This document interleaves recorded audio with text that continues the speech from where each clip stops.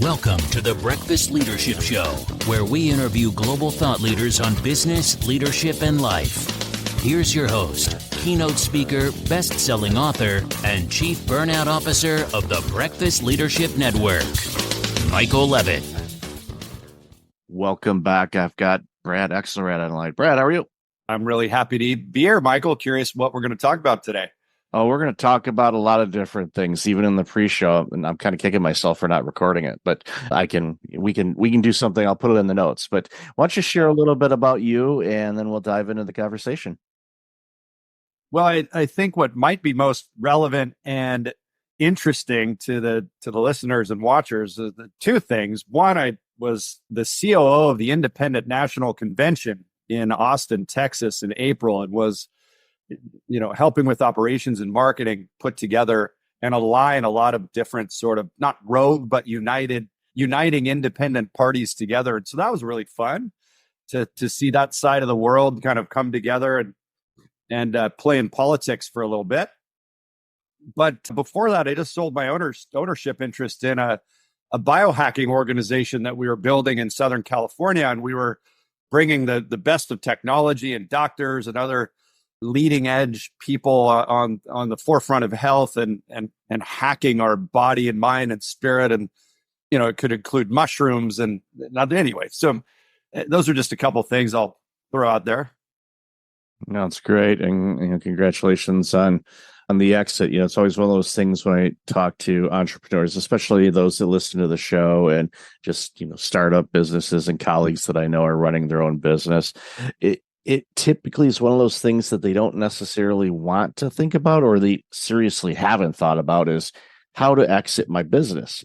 And I talk to a lot of people about, when you start a business, also plan for your exit from it. And sometimes people think, well, that's kind of morbid, but it's like, no, it's, you get it set up.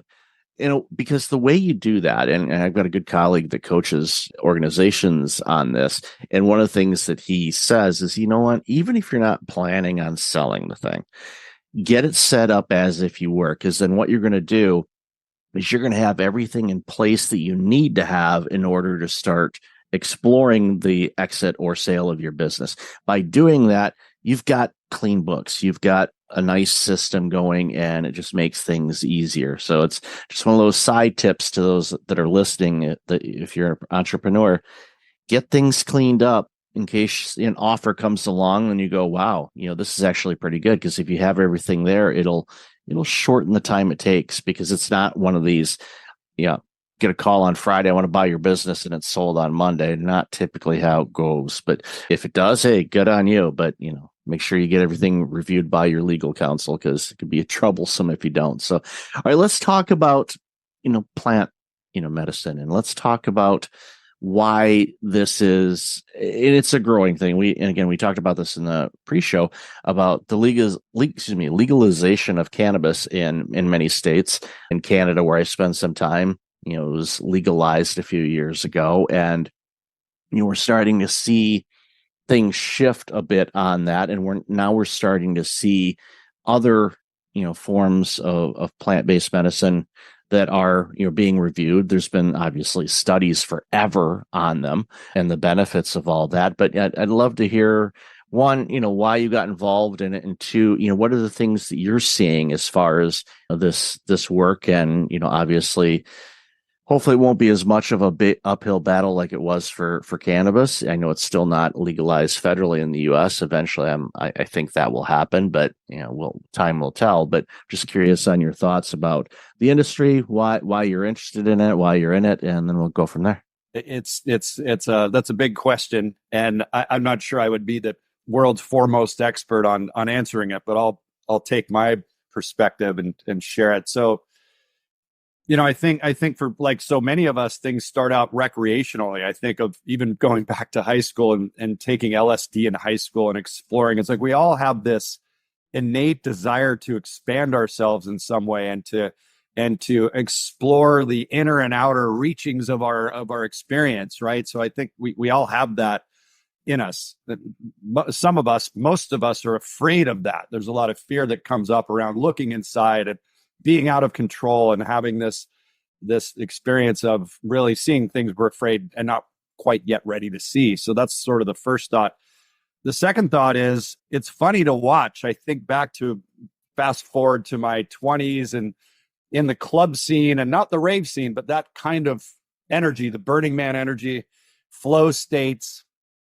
And it's really been there all along. We just didn't see it. MDMA was a great healer. Psychedelic mushrooms, a great healer. And those are becoming more mainstream and used psychotherapeutically now, which is really cool to see that people are recognizing that ketamine has a purpose other than going to a rave and getting into a K-hole, for example. Like there's other benefits to these now medicines when they were drugs. Same with marijuana, reefer. It's a drug.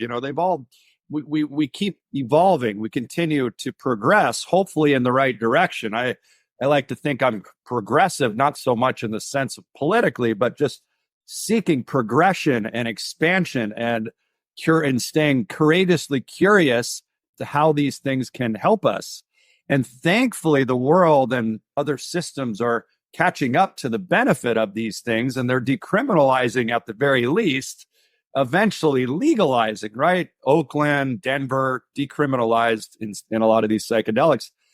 And I forget if it was Ontario, somewhere in Canada, you'd mentioned Canada, they completely legalized all drugs, right? I don't know if you saw that. Like, I don't know if it's working or not. I haven't kept an eye on it. But all of this to say, we are on the forefront of psychedelic medicine being one of the biggest benefits for us to grow, to heal, to understand historical things through the lens of other tribes using these medicines and creating pyramids and everything else. So we're in interesting times around the plant medicine movement. I think it's going to get very legal very soon.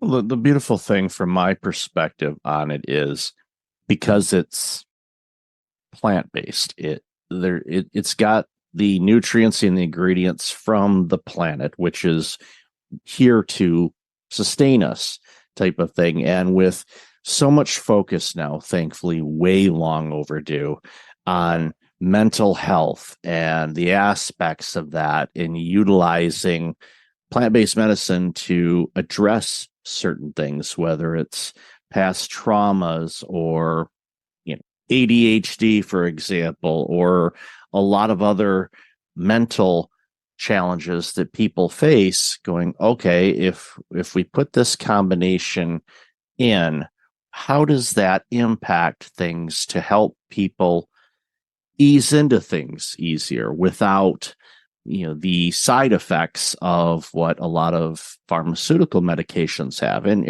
I'm not pointing fingers or blaming anybody or anything like that, but when you see a television commercial about a particular medication that you're supposed to ask your doctor about, and I've been meaning to write this long list of those commercials that I see during the games that I watch, and then when I see my doctor, I'm going to say, television told me to ask you about this, and they'll say, that's for female menstruation challenges. Oh, okay, that doesn't check that off. I don't need to worry about that. But I'm being silly here, but those commercials will give you maybe 20 seconds of maybe what it's for. Even now, they don't even say that.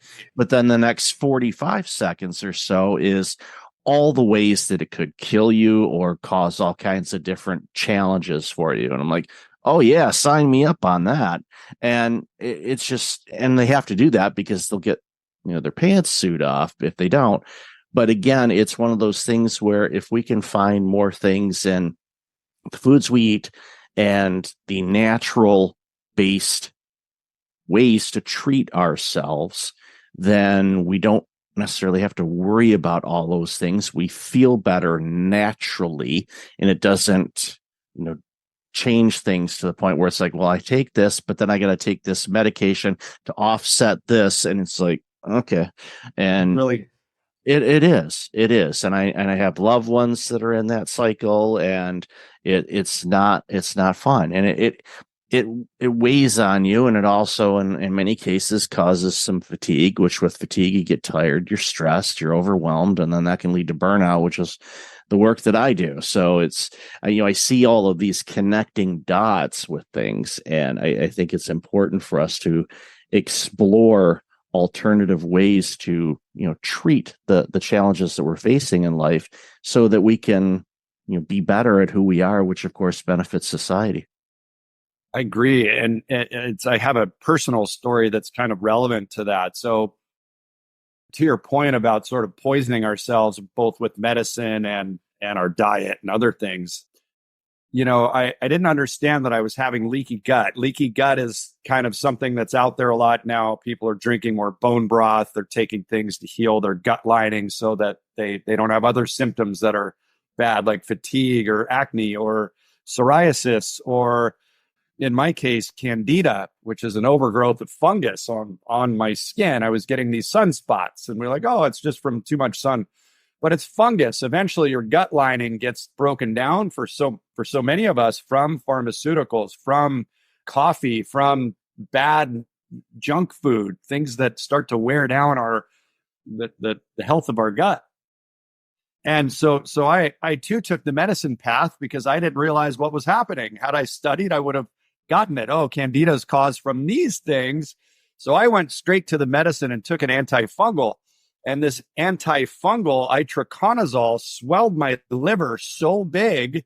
After 3 days, I was like, oh my gosh, what's going on? And it took years for that heptic liver to relax itself. And once in a while, I'm like, yeah, it's still a little bit there. And this was 13 years ago. Thankfully, your liver is the most regenerative organ in your body. And I was able to, with a lot of things, reverse the heptic experience. But the point is, had I understood what was actually happening, I would have gone straight to gut healing and other things to get it better. So, yeah, and then I was like, oh no, now I'm going to have to use the medicine path, traditional medicine path to heal the medicine that just ruined my liver, right? So to your point again, but we got to get off of that hamster wheel. I take, I'm drinking a smoothie right now. I'm drinking alkaline water with electrolytes in it. I just had 15 supplements that I take every day. We if we want to be high performers and not burnout, and most people that are in burnout have adrenal fatigue, and we can speak to that in a second, we need to be nutrient rich, supplement rich. I don't think stimulant rich is where we should go. And that's where most people go. Lots of stimulants, alcohol at night, coffee in the morning, they're whacking their adrenals all over the place, destroying their gut lining, not sleeping well. So then they need more coffee. Then they're stressed out. Then they need alcohol. It's just a vicious cycle. I don't drink coffee. I don't drink alcohol. I do other things to explore, like I was sharing. But anyway, adrenal fatigue, I want to plug this. A friend in Costa Mesa, California, Delgado Protocol, Dr. Nick Delgado, saved my life when I took one of his supplements called Adrenal DMG. If you're waking up feeling tired in the morning and it's hard to get out of bed and you're like, oh my gosh, I feel so beyond exhaustion, it's probably your adrenals. If you're not sleeping well, probably your adrenals. Got to start with your adrenals, but Adrenal DMG changed my life, saved my life. Yeah, we see that a ton and even when I worked in primary health care, stress was a big thing, but, fatigue was a big component of it. And, the adrenal fatigue was my hunch. And of course, not being a clinician, I was in administration. So I did my best to stay out of the exam rooms as much as I possibly could. It's like, but at the end of the day, you would see people in the waiting room and I could observe and go, okay, again, not being a clinician, I could at least from my eyes kind of get a pretty good gauge as to what's going on with them. Some patients, of course, were what we like to call frequent flyers, and they were in there all the time because they had all kinds of comorbidities. And they were on the hamster wheel of taking this to this, to this, to this, to this. And it was just playing a game of whack-a-mole, trying to do things, but it was creating other problems. And I'm like, eat well, get some exercise, get some real vitamin D, of course, make sure that if you have a history of different skin things, you'll be that there. But again, that goes back to what you said about I got sunspots. So it must be, getting too much SoCal sun. That's not humanly possible, by the way, from somebody from the Midwest. It's like, you just soak it up. It's like, but in your situation, like, I'm not old enough to get sunspots. What's this all about? And again, it was a case where, here, take this. Next thing you know, your liver goes. And yeah, I agree. The liver is a very resilient thing because too many people, unfortunately, punish the heck out of it. It's good, I guess, that it is resilient. Otherwise, we'd see a higher mortality rate in people. But again, at the end of the day, it's, the more natural stuff you can consume, the better you're going to feel. I strongly support that. And again, having worked in healthcare as long as I did, I knew that, the people that were doing that, we didn't see them because they didn't need to come in. And it's saddening to see. And we know from, the studies, and we see all the situations with processed foods and all this other stuff that is causing them to need the medication. And then it's just, like you said, it's a very vicious cycle. And it breaks my heart because when people aren't well, either physically or mentally, that's robbing society of their gifts, because all of us are here for reasons, or it may be a singular reason, but reasons. We all contribute. It makes this world better. We create. It just breaks my heart when I think about that. We could be losing out on the next greatest invention that would completely dramatically change lives, or studies in science, or you name it, whatever the case may be. But they're too fatigued or wiped out to be able to explore and actually do that. And the more and more we see it, and with stress and food costs. So when food goes high, what happens? They go to the cheapest route possible, which is the heavily processed, you name it. There's everything in that thing but food. And it just contributes to the ongoing challenges that people face health-wise. For sure. I want to speak to the sun thing because there is so much value in the sun. And I saw something the other day, a meme that a doctor friend of mine posted, and she shared that smoking without sunlight, or that you're just as healthy if a non-smoker without sun is the healthiest, or some, I forget, is healthier than a smoker who doesn't see sun. I'm trying to remember the correlation there. I could pull it up, but I'm flubbing it up. But it was sunlight is everything. I bake in the sun. Unfortunately, I'm noticing some sun damage for the first time in my life, and I'm 50 years old and just have been in the sun all the time.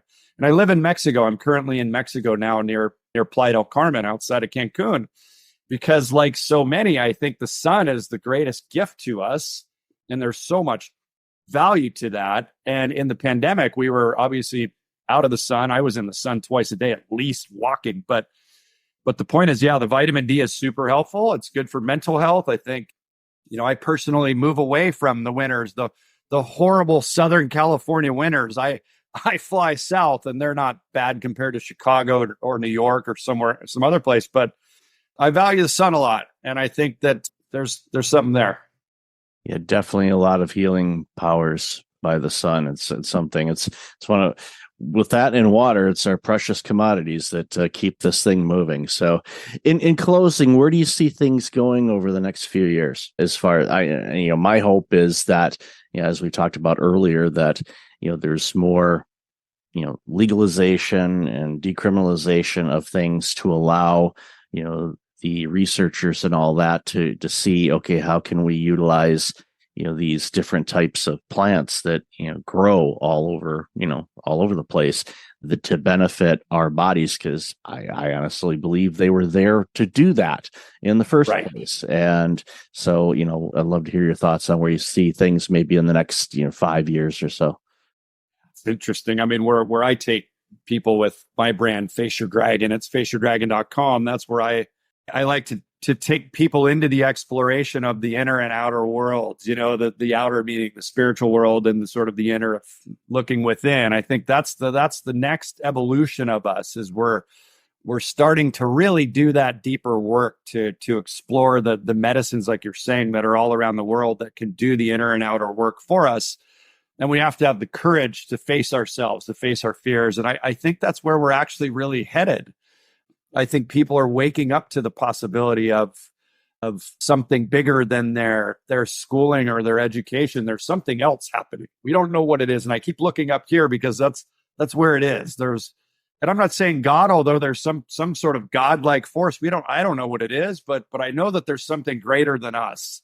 And I think we're all waking up to that now. And we're questioning political systems. We're questioning big pharma and big data. Everything's being questioned now. We're starting to really take a look at things, and hopefully not too conspiratorially, but logically and rationally trying to open up the next evolution. I'm not sure what it is. I just know that we're all more curious than ever about what it is. No, that's great. Yeah. And I think it's going to be interesting times for the next few years as things open up more and more. So, Brad, love this conversation. Where can people find out more about you and all this amazing work you're doing?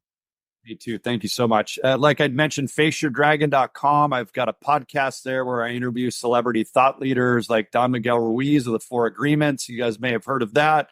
Hendricks, The Big Leap. He was guest number 2. JP Sears, a lot of really interesting different folks that I've got on the podcast, faceyourdragon.com.